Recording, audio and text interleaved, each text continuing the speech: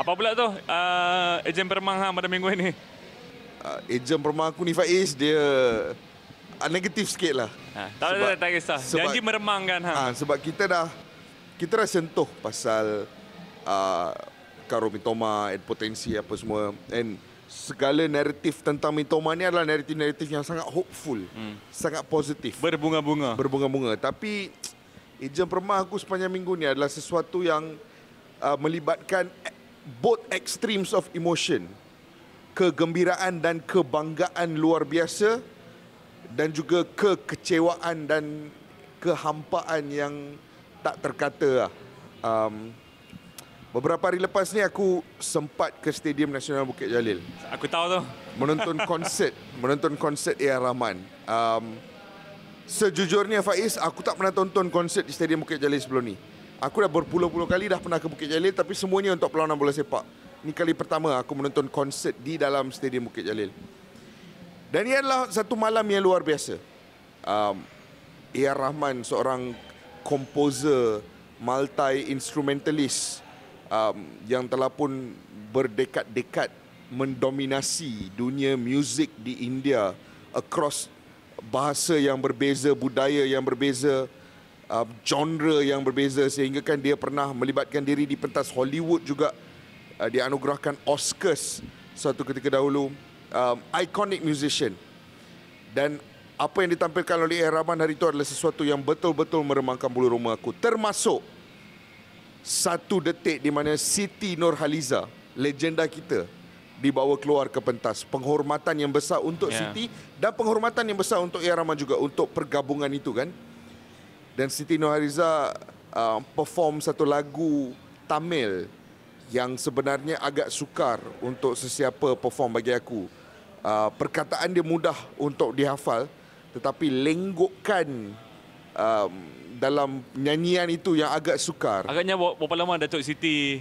Aku tak tahu. Ambil masa untuk tapi yang aku pasti dia betul-betul pull it off.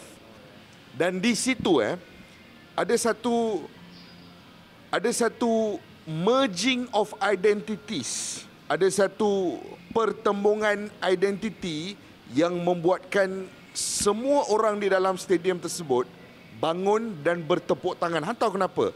Sebab di saat itu adalah pergabungan di antara, contoh dari perspektif aku, pergabungan di antara identiti aku sebagai seorang Tamil, sebagai seorang orang India, sebagai seorang individu yang mana moyang aku dilahirkan di negara lain, dengan identiti lain, dengan bahasa lain, dan aku masih membawa perkara tersebut sebagai budaya aku sendiri. Dan pada masa yang sama ada seorang individu ni yang menjadi lambang kepada identiti lagi satu, iaitu identiti aku sebagai orang Malaysia. Dan bila aku nampak pergabungan tersebut di atas pentas, ia betul-betul meremangkan bulu roma aku. Dan aku dengar saya tahan pun dah meremang bulu roma ni. Dan mengingat A.R. Rahman, at the end of that performance, dia ada cakap satu benda. Sebab A.R. Rahman faham tentang sejarah orang India di Malaysia. Dan dia cakap, ini adalah negara kamu sekarang. Dia cakap benda macam tu. And I'm confident yang semua orang yang ada di stadium resonated with that. Sebab internally, nenek moyang kita daripada India, daripada Sri Lanka. Tapi kita dilahirkan di sini. So ada dua identiti yang telah pun dikawinkan dalam minda kita. So aku dah rasa all those goosebumps, all those peringatan mengapa identiti aku ni adalah sesuatu yang sangat cantik. Aku nak petik satu ayat daripada kawan kita Wan Khairil Azwar. Sungguh malam itu adalah satu malam penyatuan jiwa. Malam penyatuan jiwa, setuju. Betul-betul 100% malam penyatuan jiwa. Dan selepas mengalami malam penyatuan jiwa tu, Faiz, sehari selepas itu aku ternampak sebuah komen daripada seorang atlet kebangsaan, seorang pemain hoki negara. Aku nak sebut nama dia pun aku rasa jijik, jadi aku tak nak sebut nama dia. Korang pandai-pandai lah korang cari kat luar tu. Seorang pemain hoki wanita yang meletakkan satu komen di Instagram dan mengatakan bahawa mesti bau dalam stadium tu best hari tu. Kau tahu perasaan aku bila aku baca benda tu macam mana, Faiz? Sakit hati dia tak terkata, Faiz. hang kena faham macam ni untuk orang India dengan orang Cina dekat negara ni kadang-kadang it's a daily struggle untuk cari identiti sebenar kita. Aku dah 30 tahun hidup dekat negara ni dan aku masih kadang-kadang tercari-cari apa identiti sebenar aku.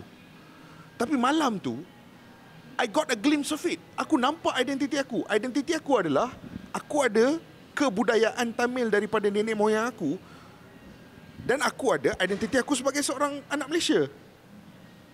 Tapi benda-benda macam tu mengingatkan aku betapa sukarnya situasi untuk orang-orang seperti aku di negara ni.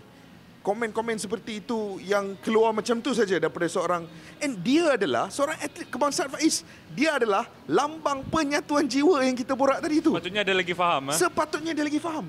Tapi tidak.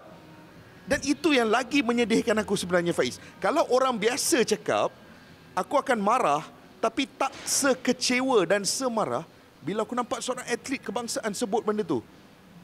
Kerana dia, more than anyone else, should understand apa maksud kata-kata dia. Lepas tu dia adalah apologize sikit kat Instagram. Aku tak nampak sebab dia dah private dah Instagram dia. Tapi that's all. Dan kita apa? Nak dengar and just move on.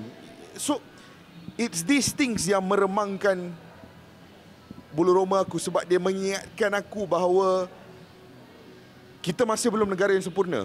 Kita jauh dari sempurna. Dan kita masih lagi ada a lot of things to work on, Faiz. Banyak benda yang